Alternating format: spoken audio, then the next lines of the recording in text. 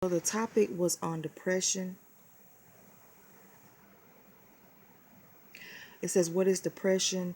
Depression affects nearly 14.8 million Americans. Depression is a major and serious illness which has a negative effect on how one feels and acts.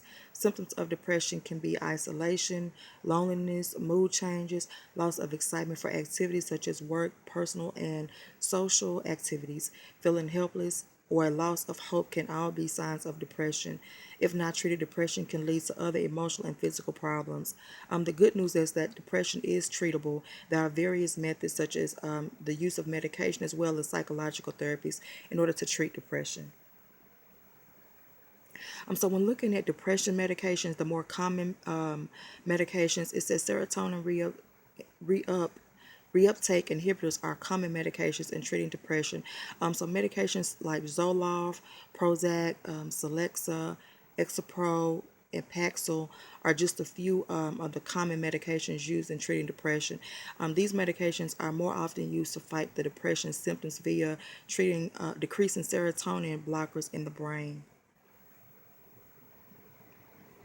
So when we look at the brain, depression, and medication and neurotransmitters, it says all antidepressants work in a very similar ways through various types of antidepressants known as families. They all increase the way in which the brain concentrates on neurotransmitters.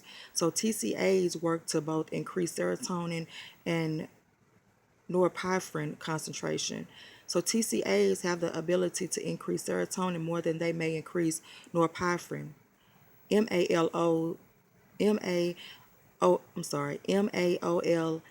work by stopping the breakdown of mono, monoamine neurotransmitters, as these work to increase the brain's concentration of neurotransmitters, which help to improve concentration in the brain.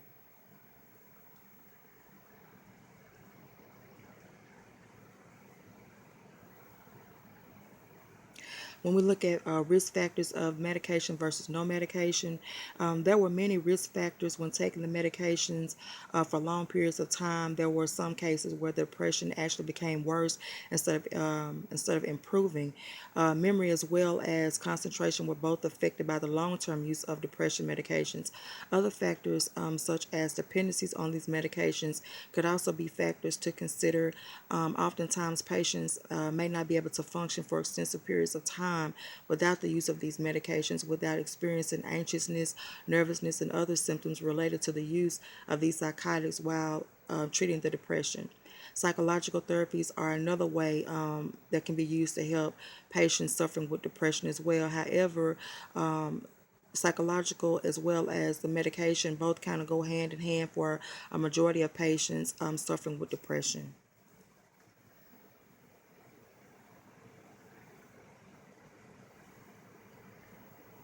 And lastly, when we look at depression medications and the success rate, depression can be treated with both medications and psychological therapies. We're looking at the success rate of depression and looking at research. It reveals that both forms of medication as well as psychological therapies both work equally the same in treating depression, depending upon the patient. The primary goal of treating depression is to ensure the relief of symptoms of depression. Thank you so much.